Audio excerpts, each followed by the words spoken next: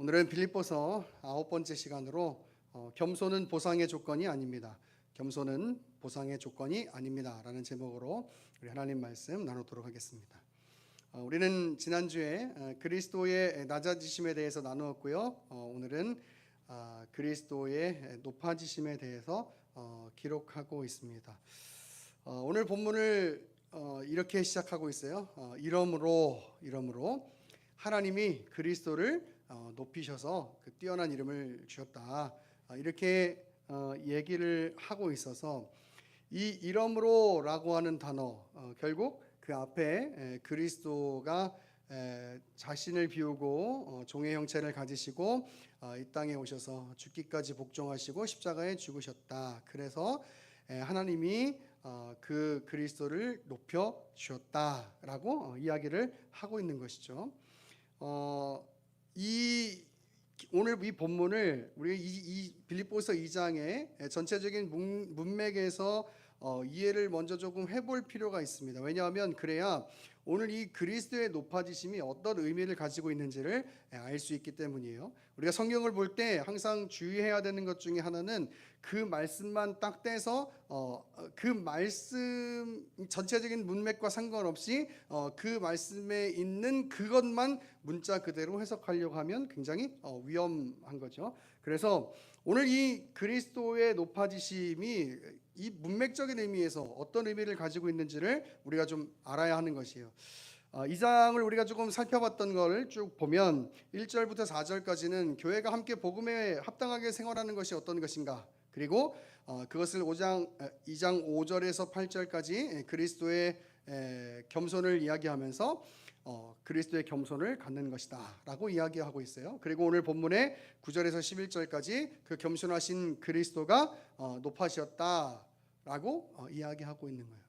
그래서 오늘 본문을 이러므로 라고 시작하면서 겸손하신 그 그리스도가 높아지셨기 때문에 이러므로 그러니까 그 겸손을 가진 분이 높아지셨다, 이걸 가지고 우리가 마치 우리도 겸손하면 하나님이 높여주신다로 이해하면 오늘 본문의 적용이 잘못되어져 가는 것이죠. 우리가 신앙을 생각할 때 우리의 삶의 어떤 부족한 것을 채우는 그런 수단으로 우리의 신앙을 생각하는 경우들이 있는데, 그것은 굉장히 이 성경에서 우리에게 가르치는 바와는 다른 개념의 신앙 생활이에요. 그러니까 오늘 본문도 그리스도가 겸손하셨는데 그래서 하나님이 그를 다시 높이시지 않았느냐, 그러니까 너희도 겸손하면 하나님이 뭔가 뭐 이렇게 사람들이 범접할 수 없는 그런 자리에 가게 될 것이다. 여러분, 그게 결국은 겸손이라고 하는 것이 우리가 이 땅 가운데서 살아가는 데 있어서의 더 큰 보상을 주는 것과 같은 개념으로 이해가 된다면, 여러분 오늘 이 본문 빌립보서에서 이야기하는, 그리고 우리가 갖고 있는 이 신앙생활의 이 가치라는 측면에서는 굉장히 멀어지는 이야기죠. 좀 가까운 이야기를 한번 해볼게요. 이런 거죠. 우리가 11조를 하면 하나님이 더 채워주신다. 뭐 예를 들면 우리가 어려운 사람을 도우면 내가 더 큰 복을 받는다. 혹은 내가 희생하고 헌신하고 겸손하면 하나님께서 더 좋은 길을 열어주시고 결국은 섬김을 받게 될 것이다. 여러분, 이런 식의 개념이에요. 이건 결코 우리의 신앙의 본질이 될 수가 없습니다. 이런 식의 얘기는 이런 거예요. 우리의 신앙생활의 행위를 통해서 나의 이 세상적 욕구와 부족을 채울 수 있다라고 밖에 말할 수 없게 되는 것이죠. 우리가 하는 이 신앙생활의 행위는 그런 의미로 존재하지 않습니다. 내가 하나님 앞에 뭔가를 드렸을 때 뭐 하나님이 더 큰 것으로 나한테 주신다는, 여러분 그런 개념으로 우리의 신앙이 존재하지 않아요. 내가 믿음으로 예배했을 때 우리가 갖고 있는 걸릴 수 있는 모든 병이 물러간다라는 식으로 우리의 신앙의 개념이 존재하지 않는단 말이에요. 한때 우리 예수 그리스도를 믿는 사람들 안에 어떤 얘기가 있었냐면 코로나 시대를 지나면서 믿음이 있으면 코로나에 걸리지 않는다라는 이야기가 있었어요. 여러분 그런 식으로 우리의 이 신앙이 존재하지 않는다는 거예요. 여러분 오늘 그 부분을 조금 나누고 싶은데 가장 우리 신앙생활 하는 데 있어서 오해되는 말씀이 이 말씀이 아닌가 싶어요. 말라기 3장 10절 아시는 분들은 아시겠지만 제가 한번 읽어볼게요. 만군의 여호와가 이르노라 너희의 온전한 11조를 창고에 들여 나의 집에 양식이 있게 하고 그것으로 나를 시험하여 내가 하늘 문을 열고 너희에게 복을 쌓을 곳이 없도록 붙지 아니하나 보라. 이 말씀 그러면서 이렇게 생각할 수 있는 거예요. 내가 하나님 앞에 11조를 온전히 잘 드리면 정말 내가 어떻게 처리할 수도 없을 정도의 하나님의 그 복을 하나님이 주시겠구나. 그리고 이렇게 얘기하는 거예요. 그렇게 하시는지 안 하는지 여러분 한번 해보십시오. 정말 하나님 여기 시험해보라 그랬으니까 한번 해보십시오. 과연 그렇게 되나 안 되나. 그렇게 하면 아마 우리 장로님은 제가 이렇게 같이 신앙생활한 시간들을 이렇게 생각해 보면 건물을 한 3-4채는 가지셔야 되지 않는가. 장로님 그렇게 있으세요? 여러분 가장 오해되는 말씀 그리고 어떻게 보면 이 세상의 논리로 21조를 이해하게 만드는 그런 말씀으로 오해될 수 있는 이야기가 아닌가. 온전한 11조를 드려봐라. 하나님이 너희가 어떻게 처리할 수도 없을 만큼 그런 복을 주실 것이다. 여러분 이 개념은요, 이 본문은요, 우리에게 내가 11조를 하나님 앞에 드리면 물질로 무슨 60배, 30배, 60배, 100배, 막 1000배, 1000배 그렇게 갚아주신다는 이야기가 결코 아니에요. 근데 우리는 그렇게 이 본문을 사용한단 말이에요. 오늘 이 본문을 살펴보면서 우리의 신앙의 행위가 이 세상에 어떤 나의 욕구와 부족을 채우는 수단으로 존재하지 않는다라는 것을 조금 기억할 수 있는 시간이 되기를 바랍니다. 여러분 먼저 오늘 이 창고라는 단어가 나오는데 오늘 이 말라기 3장 10절에 보면 이 창고라고 하는 단어는 엘 베트 하우차르라고 하는 단어예요. 엘은 하나님에 대한 의미 알고 있죠. 가, 엘, 유엘 이런 것처럼 이렇게 하나님에 대한 베트 하우차르는 무슨 뜻이냐면 보물 창고라는 의미를 가지고 있어요. 그래서 성전에 만들어져 있는 그 창고를 의미합니다. 그래서 나의 집에 양식이 있도록 해라라는 말이 나오는 거예요. 그리고 오늘 본문을 보면 이렇게 얘기하고 있어요. 그리고 그것을 통해서 하나님께서 복을 주시는 분인지 아닌지 한번 너희가 시험해봐. 그러니까 우리가 11조를 드리는 그 행위를 통해서 하나님께서 복을 주시는 분이라는 것을 의심하지 말라는 어떤 그런 이야기이겠죠. 그런데 여러분 먼저 이 개념을 생각하기 전에 우리가 우선 하나님을 시험한다는 것, 우리가 하나님을 시험한다는 것, 여러분 이것은 사실 말이 안 되는 이야기잖아요. 마태복음 4장에서 예수님께서 시험을 받으실 때도 마귀에게 시험을 받으실 때도 이렇게 얘기해요. 마태복음 4장 7절을 보니까 예수께서 이르시되 또 기록되었을 때 주 너의 하나님을 시험하지 말라 하였느니라 라고 기록하고 있어요. 그럼 이런 생각을 해볼 수 있는 거예요. 그러면 왜 말라기에서는 하나님을 시험해 보라고 하고 있을까? 분명히 하나님은 신명기 6장 16절에서도 마태복음 4장 7절에 인용되어 있는 신명기 6장 16절에서도 분명히 하나님을 시험하지 말라라고 이야기하고 있어요. 그리고 예수님도 마귀에게 시험 받을 때 그 신명기 6장 16절의 말씀을 인용해서 하나님을 시험하지 말아야 한다라고 이야기를 하셨고 그래서 마귀의 시험을 이겼는데 오늘 말라기 본문을 보니까 하나님을 시험해 봐라 이렇게 얘기하고 있는 거예요. 성경이 도대체 뭘 얘기하고 있는 건가? 먼저 오늘 이 말라기 3장 10절이 쓰여지고 있는 당시, 이 당시는 패역한 이스라엘 백성들, 하나님을 떠난 그 이스라엘 백성들에 대한 이야기인 것이죠. 그래서 그들에게 이렇게 얘기하고 있는 거예요. 너희가 한번 해봐. 증명해봐. 하나님이 너에게 진짜 복을 주시는 분인지 아닌지 너희가 한번 해봐. 그렇게 얘기하면서 이것은 어떤 진짜 하나님에 대한 그 의심에 대한 이야기라기보다는 이 어떤 신앙적인 행위를 촉구하기 위한 그런 의미가 더 큰 것이죠. 그러면서 이렇게 얘기하는 거예요. 하나님이 복을 주시는 분인데 하늘 문을 열고 복을 주시는 분이다라고 이야기를 하고 있는 거예요. 이 하늘 문에 대한 개념이 되게 중요한데요. 이 하늘의 문, 하늘의 창문이라고 하는 이 개념은요, 히브리인들에게 있어서는 이런 개념을 가지고 있어요. 하늘에서 비가 내려오는 어떤 통로의 개념을 가지고 있단 말이에요. 그런데 이 하늘문이라고 하는 이 개념을 특별히 말라기에서 쓴 이유가 뭐냐면, 이 역사가 요스푸스에 의하면은 이 말라기 선지자 당시에 가뭄이 상당히 오래되었다라고 하는 기록이 있다라고 합니다. 그래서 그런 가운데 비의 통로가 열린다라고 하는 것은 그들에게 어떤 의미가 있는 거예요? 바로 생명의 의미가 있는 것이죠. 그리고 그 생명을 주시는 분, 그분은 오직 하나님이신 거야. 여러분, 그래서 여기서 말하는 복은 뭐냐면 바로 하나님께서만이 너희에게 생명을 주시는 분이야. 이거를 너희가 깨달을 수 있을 거야 라고 이야기하고 있는 거예요.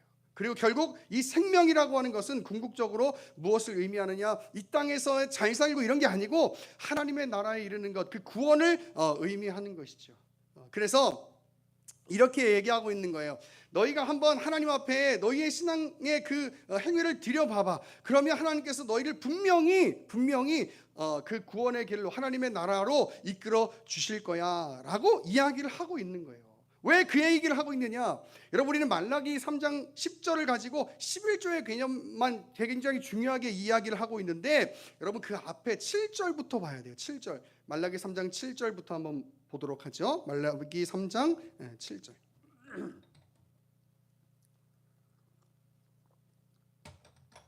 제가 읽어볼게요. 만군의 여호와가 이르노라. 너희 조상들의 날로부터 너희가 나의 규례를 떠나 지키지 아니하였도다. 그런즉 내게로 돌아오라. 그리하면 나도 너희에게로 돌아가리라 하였더니 너희가 이르기를 우리가 어떻게 하여야 돌아가리까 하는도다. 지금 뭐 얘기하고 있어요?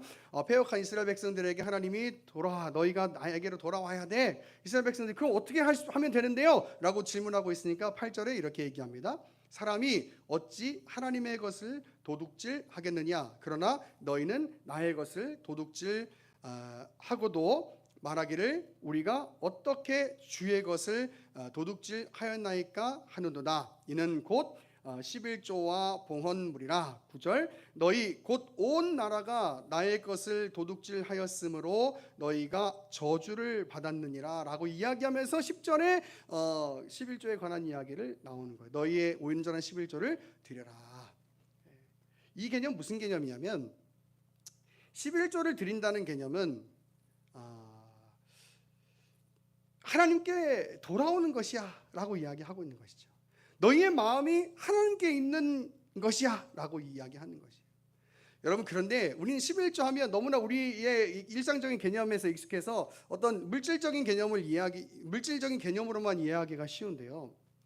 여러분, 우리가 하나님 앞에 11조를 드린다는 개념은 단지 그냥 내가 받은 것의 10분의 1을 하나님 앞에 드리면서 그래 이것도, 이 돈도 하나님 거지, 이 물질도 하나님 거지 정도의 개념으로 드리는 게 아니에요. 그게 아니고 오늘 이 말라기서의 개념에서 우리가 살펴보면 이런 개념인 거죠.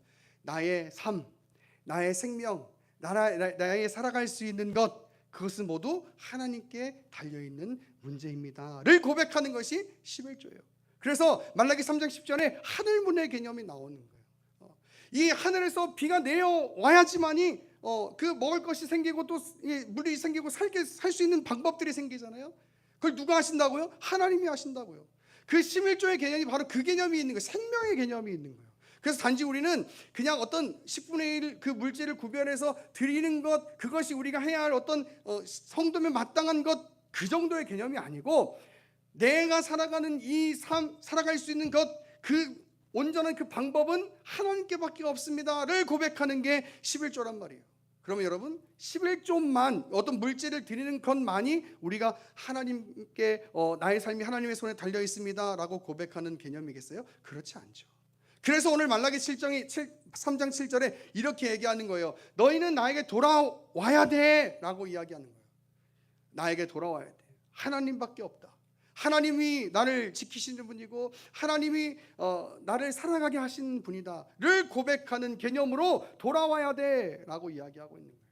다른 우상 숭배, 다른 것들을 섬기는 것, 결국 그들이 그 잘못된 우상들이 나를 살아갈 수 있도록 만드는 거야가 아니고, 그들에게 제사해야지 비가 오는 거야를 이야기하는 것이 아니고, 오직 하나님만이 나를 살게 하시고 하나님만이 나를 지키시는 분이야 라고 고백하는 것, 그것이 바로 우리의 온전한 11조다 그 말이에요.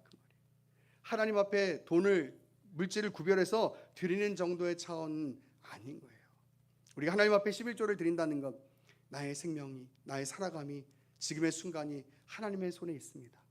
여러분, 이걸 고백하는 게 11조의 개념인 거예요. 그렇기 때문에 이 11조는 단지 우리는 물질을 드리고 있지만, 우리는 돈을 드리고 있지만 그 어떤 현금을 구별해서, 어떤 소득을 구별해서 드리는 정도의 개념보다 더 큰 개념인 거예요. 내가 살아가는 그 순간이 하나님께 달려 있습니다를 고백하는 개념인 것이죠. 그래서 이것이 우리 성도들에게 중요한 것이에요. 예배가 중요하고 11조가 중요하고 우리의 삶의 기도가 중요하고, 왜? 그 모든 고백이 어디로 다 통하냐면 나의 삶은 하나님의 손에 있습니다. 네. 여러분, 이 개념으로 통하게 되는 거예요.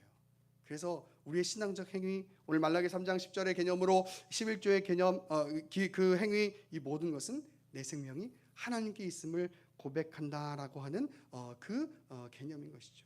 여러분, 여기에는 그 어떤 의도가 있을 수 없어요. 여기에는 내가 11조를 드리면 하나님이 더 많이 돈을 줘가지고 내가 이 땅에서 떵떵거리면 다 잘 살 수 있습니다. 여러분, 그런 개념이 존재하지 않는단 말이에요. 근데 자꾸 우리는 신앙을 이렇게 생각해요. 내가 하나님 앞에 뭔가를 해드렸을 때 하나님께서 이 세상의 것으로 다시 보상해 주는 그런 개념. 여러분, 신앙은 그런 의미로 존재하지 않아요. 네. 여러분, 다시 오늘 본문으로 돌아와서 예수님이 겸손하셨기 때문에 하나님이 높여주셨다.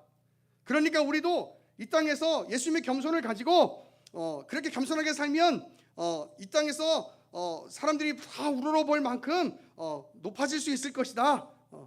여러분, 그런 개념이 아니라. 그럼 겸손하신 예수님이 높아지셨다는 개념이 어떤 개념일까? 한마디로 말하면 이런 거죠. 하나님이신 그 예수님이 그 영광의 자리, 그 원래의 자리로 돌아가신 것이에요. 그것이 지금 이 빌립보 교회에게 이렇게 전달되고 있는 거죠. 너희가 복음에 합당하게 생활하고 그리고 그리스도의 겸손을 가지면 너희의 원래의 자리, 정말 온전한 그 영광과 그 온전한 기쁨과 온전한 그 감격 가운데 있을 수 있는 자리, 여러분, 그게 어디예요? 바로 하나님의 나라에 참여하는 것이죠. 여러분, 우리 신앙의 보상을, 자꾸 상급을 이 땅에서 무언가를 우리가 얻는 것이라고 생각합니다. 받는 것이라고 생각해요. 그러니까 다 우리의 신앙의 논리가 어디에 들어가 있냐면 다 이 세상 논리에 들어가 있어요. 자, 11조 드려봐. 우리가 하나님이 더 많은 돈을 주실 거야. 야, 너가 더 헌신하고 섬겨봐. 그럼 하나님이 더 큰 복을 주실 거야. 그 더 큰 복이 뭔데요? 더 큰 복이 뭐예요? 나를 섬길 수 있는 사람이 생기나? 아니면 내가 이렇게 헌신하고 충성했으니까 하나님이 나한테 더 큰 돈을 주시려나? 로또를 한번 사볼까? 성령이 임재를 구하면 로또 안 주여. 로또를 여러분, 그거 아니라는 거예요. 세상의 논리에 다 갇혀 있어요. 신앙의 보상, 우리가 상급 이런 걸 이야기하면서 결국은 이 땅에서 누릴 것들을 받고 싶어 하는 거예요. 여러분, 아무런 의미가 없어요. 아무런 의미. 우리에게 있어서 진정한, 여러분, 상급은 뭡니까? 우리에게 있어서 진정한 상급은 뭐예요? 바로 우리가 하나님의 나라를 가졌다는 거예요. 여러분, 그게 우리에게 있어서 진정한 가장 우리를 만족하게 하고 우리를 감사하게 하고 우리를 감격하게 하는 상급이에요. 성경에서 말하고 있는 상급, 여러분 자꾸 이 세상의 것으로 이렇게 대체하려고 하지 마세요. 여러분 우리에게 있어서 더 큰 것을 가지고 있어요. 그런데 더 큰 것이 허락됐다고 얘기하는데 자꾸 더 작은 것을 가고 싶다고 얘기하는 거예요. 그거 같이 어리석은 사람들이 어디 있어요? 그거 같이 어리석은 사람들이 어디 있어요? 우리에게 주어진 하나님의 나라, 그것이 우리에게 주어진 가장 큰 상급이자 가장 유일한 상급인 거예요. 오늘 성경은 그렇게 얘기하고 있는 거예요. 너희가 그 복음에 합당하게 정말 그리스도의 겸손을 본받아서 그렇게 이 땅 가운데서 고난이 있지만 그럼에도 불구하고 그렇게 겸손하게 섬기고 희생하고 충성하면서 살면 그럼 너희가 분명 하나님의 나라에 이를 수 있을 거야. 그러면서 우리가 다음 주에 살펴보게 되겠지만 너 두렵고 떨림으로 너희 구원을 이루어 가, 이렇게 얘기하고 있는 거예요. 여러분 이래야 문맥적으로 맞죠? 이래야 문맥적으로 맞죠? 왜 갑자기 구원에 관한 이야기가 뒤에서 나옵니까? 빌립보서 2장 12절에 지금 우리에게 회복시켜 주시는 것, 우리가 높아지는 것, 그 가장 영광된 자리에 가게 되는 것, 거기가 어디예요? 하나님의 나라잖아요. 그런데 우리는 자꾸 이 세상의 것이 더 크게 보이는 거예요. 그래서 내가 겸손하면 하나님이 이 땅에 쌓을 것이 없는 그 복을 주실 수도 있어. 뭘 갖고 싶은 거예요 도대체? 신앙생활하면서 여러분 뭘 가지고 싶으신 겁니까? 이게 우리 안에 정말 하나님의 나라에 대한 감사와 감격이 없으면 자꾸 우리의 눈이 세상으로 돌아가는 거예요. 여러분 그냥 우리가 가진 것 안에서 살다가 하나님의 나라에 갈 수 있어요. 이 땅에서 분명히 그런 여러 가지 고난과 근심 가운데 살아가다가 하나님의 나라에 갈 수가 있어요. 그런데 중요한 건 이 땅에서 힘들고 어렵더라도 우리가 가지게 된 그 가장 영광스럽고 말로 표현할 수 없는 그 감격의 자리, 그 하나님의 나라를 우리가 가질 수 있게 됐다면 여러분 그것으로 충분한 거죠. 여러분 그것으로 만족하는 거죠. 그리고 성경이 약속하고 있잖아요. 너희가 고난 가운데 그리스도의 그 겸손을 품고 살아가면 그러면 하나님의 나라의 그 영광에 이를 수 있을 거야 라고 약속하고 있잖아요. 여러분 그 약속만이 있다면 우리에게 있어서 이 땅에서 받는 고난이 있다 할지라도 우리에게 있어서 더 큰 소망, 더 정말 간절히 바라게 되는 그 소망, 그럼 그것이 확실하게 약속이 되어 있으니까 그것을 붙들고 우리가 살아갈 수 있는 힘을 갖게 되는 거 아니겠어요? 여러분 그것이 성경의 이야기라고요. 성경의 이야기. 고린도후서 4장으로 한번 가보시겠습니까? 고린도후서 4장 16절. 그래서 이 4장 16절은 이렇게 얘기해요. 고린도후서 4장 16절.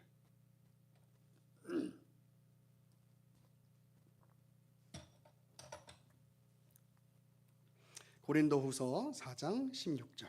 그러므로 우리가 낙심하지 아니하노니 우리의 겉사람은 낡아지나 우리의 속사람은 날로 새로워지도다. 우리가 잠시 받는 환난에 경한 것이 지극히 크고 영원한 영광에 중한 것을 우리에게 이루게 함이니 우리가 주목하는 것은 보이는 것이 아니요 보이지 않는 것이니 보이는 것은 잠깐이요 보이지 않는 것은 영원함이라. 여러분 이 이야기를 하고 있는 거예요. 이 땅에서 고난 당할 수 있어요. 그리고 살아갈 수 있어요. 그런데 그건 그렇게 큰 일이 아니에요. 우리에게 정말 지극히 큰 그 영광, 그것이 우리에게 정말 우리가 그리스도 안에서 살아갈 때 주어진다는 거예요. 그래서 우리가 이 땅 가운데서 살아가면서 주목하는 것은 보이는 이 땅의 것이 아니고 보이지 않는 영원한 것이라고 성경이 이야기를 하고 있어요.